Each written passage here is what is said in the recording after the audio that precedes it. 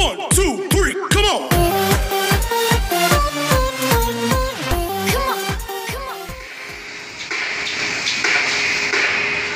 Yan, tuloy-tuloy ang rebar sa precious slab. Diba yan, two-way. May extra pa sa bottom bar, top bar may extra.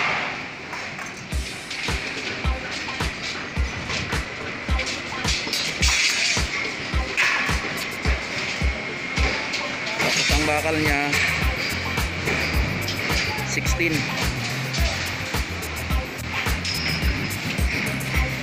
Yan.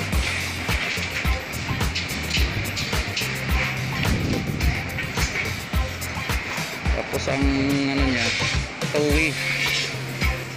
What is two-way slab? Two-way slab is a slab supported by beams on all the four sides, and the loads are carried by the supports along with both directions.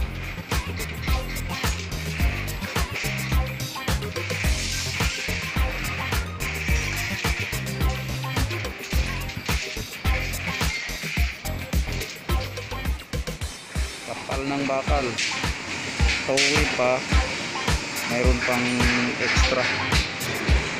Bottom bar niya may extra, top bar niya may extra.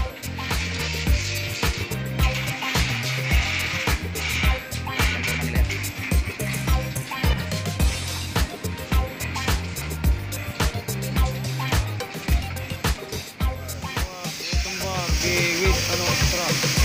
With extra button. Yan ang sabing foreman, yan ang sabi niya. May extra na bottom bar.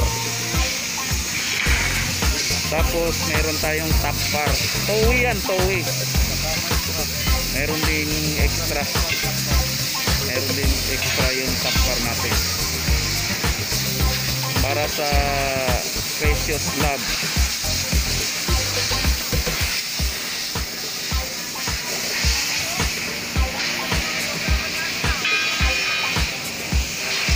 Ayan, meron siyang top bar. Meron din siyang extra bar yung top bar.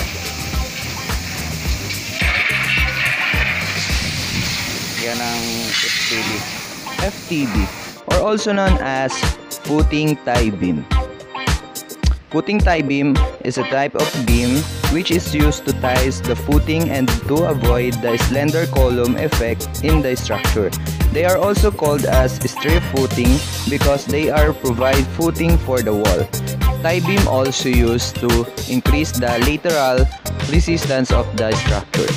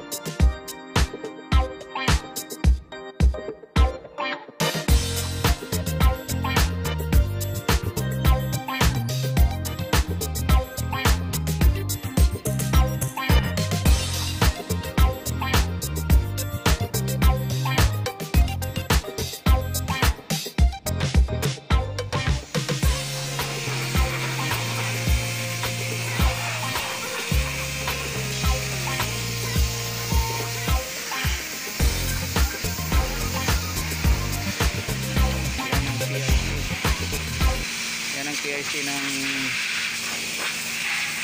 RGBC yung nagbabakal na yan. Yun ang Rebar engineer ko, Rebar engineer ng EB.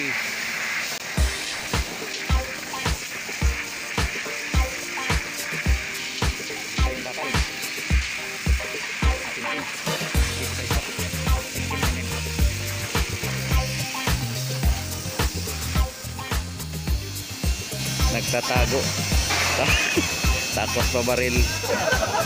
Yan ang PIC ng RGBC. Ayun ang foreman. Forma ng carpenter sa blackout. RGBC pa rin. Yan ang PIC nila. Mabibilis yan sa trabaho.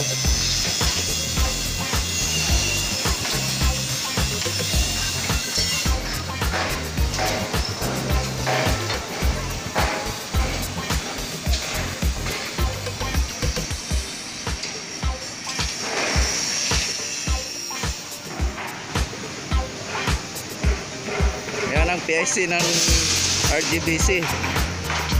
Nagtatali.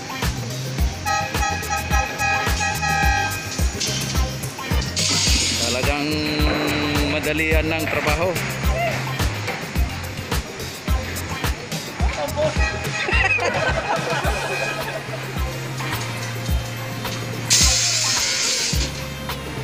Yun isa engineer nila.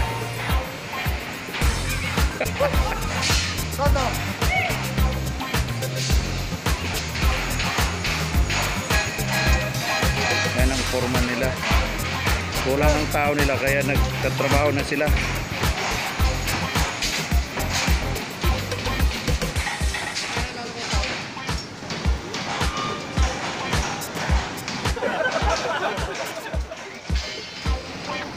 Formworks engineer. Yan. Yan. Kompleto na. Linis na lang. Ready to pouring na yan.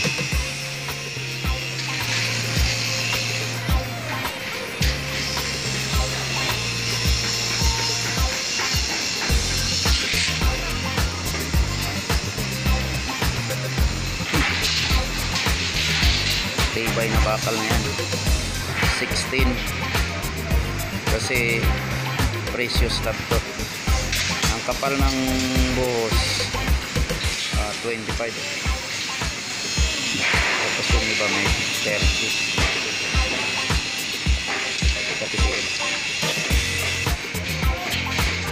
Ang bakal niyan 16.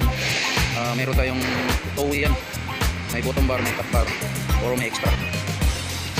Sa top bar may extra, bottom bar may extra rin. Kaya masinsin ang bakal. Yun ang kanyang linis.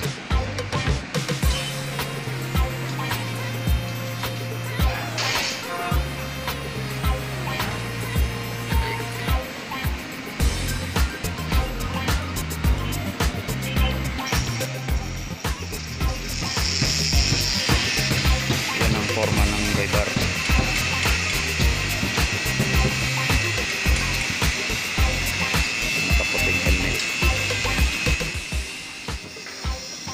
Nakikita nyo yan ang LCD, malalaking bakal.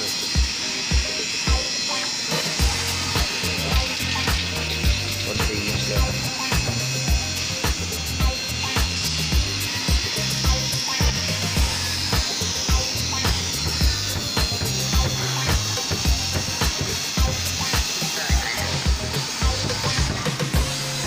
LCD coating tie-in tawag doon. Okay, dito na yan, ready to pouring na yan. Tapos ng rebar. Yan ang rebar engineer ko. Yan, accomplishment na naman. Tapos na yung bakal nya, ready to pouring.